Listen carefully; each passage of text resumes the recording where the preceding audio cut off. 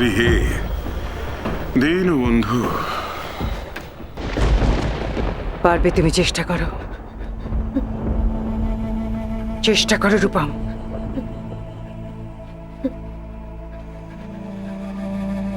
এই সামান্য কাজটা করতে পারছো না?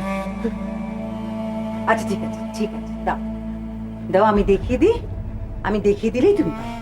এসো, ওঠো, এসো, আমি দেখিয়ে দিই। দেখো, আমিও তো প্রথমে পারছিলাম না, তারপর যখন চেষ্টা করলাম পেরে গেলাম। তুমিও চেষ্টা করলে পারবে, এই দেখো। এসো, আমি পারবো না, পারবে, এই তো। আমি পারছি না মায়ানা, আমি করতে পারছি না। পারবে রূপম, পারবে। নাও, চেষ্টা করো, পারবে। ধরো ধরো, সামান্য কাজ, চেষ্টা করো।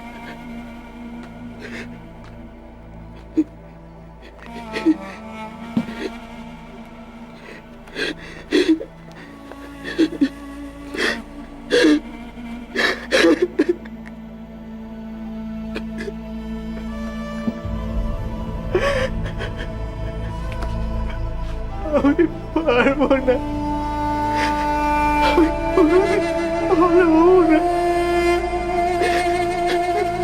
আমি পারবো না।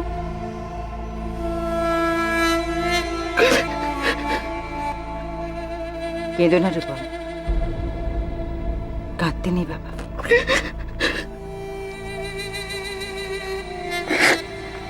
এই দেখো, দেখো, তাকাও।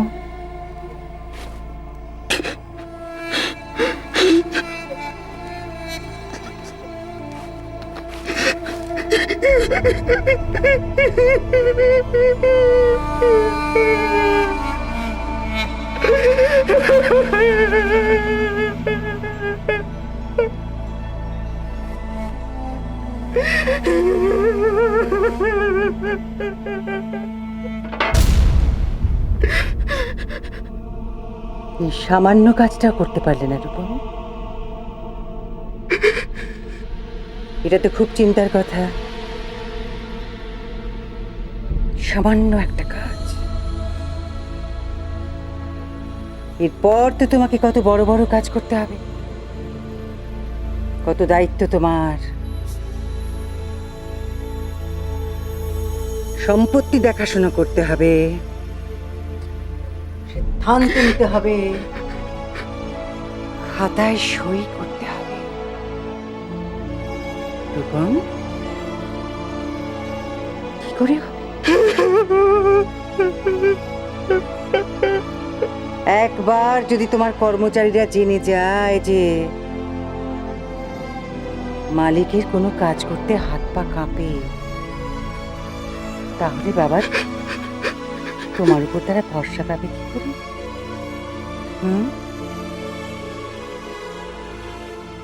আমার তো তোমাকে দেখে খুব কষ্ট হচ্ছে। তুমি কি তাহলে সত্যি আর কোনোদিনও কিছু করতে পারবে না?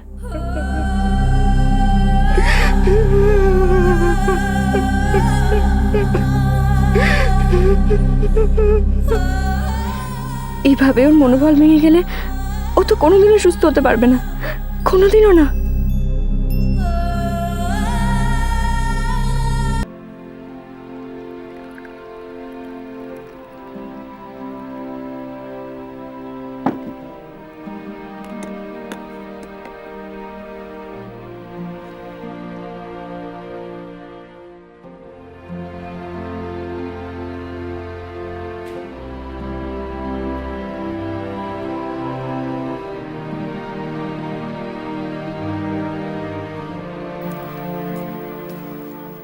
একই দুর্গামা, তুমি রান্নাঘরে? তুমি এখান থেকে যাও। কানাই কাকা, আমি না, তুমি আমাকে বলো না। তুমি তো জানো, তুমি বললেও আমি তোমাকে রান্না করতে দিতে পারবো না। না না, আমি তা চাইছি না, তোমার কাছে শুধু একটা জিনিস চাইতে এসেছি। আমার কাছে আবার তুমি কি জিনিস চাইতে এসছো? কানাই কাকা, যোগমায়া মা ওকে ক্রমশ দুর্বল করে দিচ্ছে, ওর মনোবল কেড়ে নিচ্ছে, যাতে ও কোনোদিনও সুস্থ হতে না পারে। কিন্তু আমি ওকে সুস্থ করবই, তুমি শুধু আমায় একটু সাহায্য করো। দুর্গামা, আমি একটা জিনিস বুঝতে পারছি না, তুমি কি করছো আর কি বলছো কোনো মিল পাচ্ছি না। তুমি নিজে রূপম দাদার হাতে তাবিজ খুলে দিয়ে রূপম দাদাকে অসুস্থ করে তুললে, আবার নিজেই বলছো রূপম দাদাকে সুস্থ করে তুলতে হবে।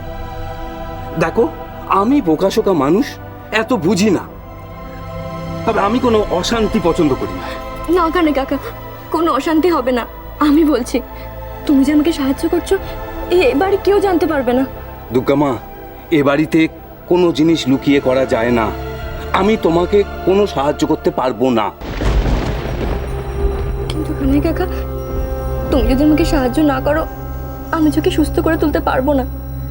এই বাড়ির কেউ আমার কথা শুনছে না, তুমি অন্তত। না, বললাম তো আমি কোনো সাহায্য করতে পারবো না। তুমি মিছে আমাকে অনুরোধ করো না।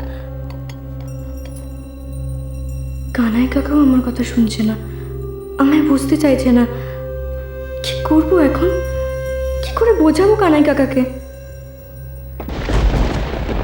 আমি রূপমের শেষ দেখতে চাই।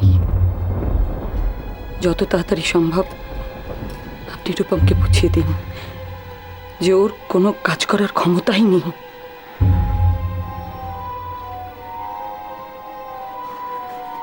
এত তাড়াহুড়ো করলে চলবে না দামিনী, ধীরে ধীরে এগোতে হবে, নইলে ফল উল্টো হবে যে। রূপমের মনোবল ধীরে ধীরে ভেঙে দিতে হবে, ও যাতে সারাক্ষণ ভয়ে ভয়ে থাকে তার ব্যবস্থা করতে হবে।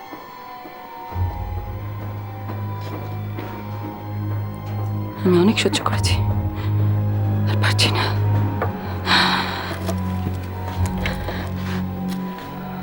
আপনার কাজ ওকে বুঝিয়ে দেয়া যে এই সম্পত্তির যোগ্য নয়, এই সম্পত্তি রক্ষা করার কোনো যোগ্যতাই ওর নেই।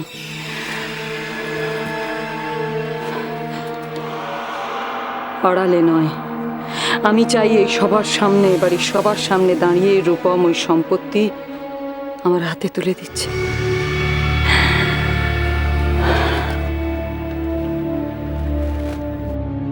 আমি পরিষ্কার দেখতে পাচ্ছি সেই দিনটা,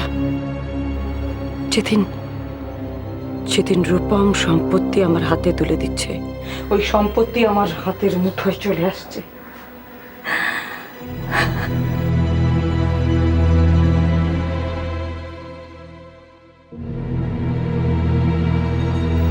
যেমন বলা তেমন কাজ। রূপমের মনোবল আমি সম্পূর্ণ ভেঙে দিয়েছি। ও এখন নিজেই বিশ্বাস করতে শুরু করেছে যে ও আর কোনোদিন কিচ্ছু করতে পারবে না। একবার নয়, ওর মনোবল বারবার ভাঙতে হবে। দেখোই না এরপর আমি কি করি।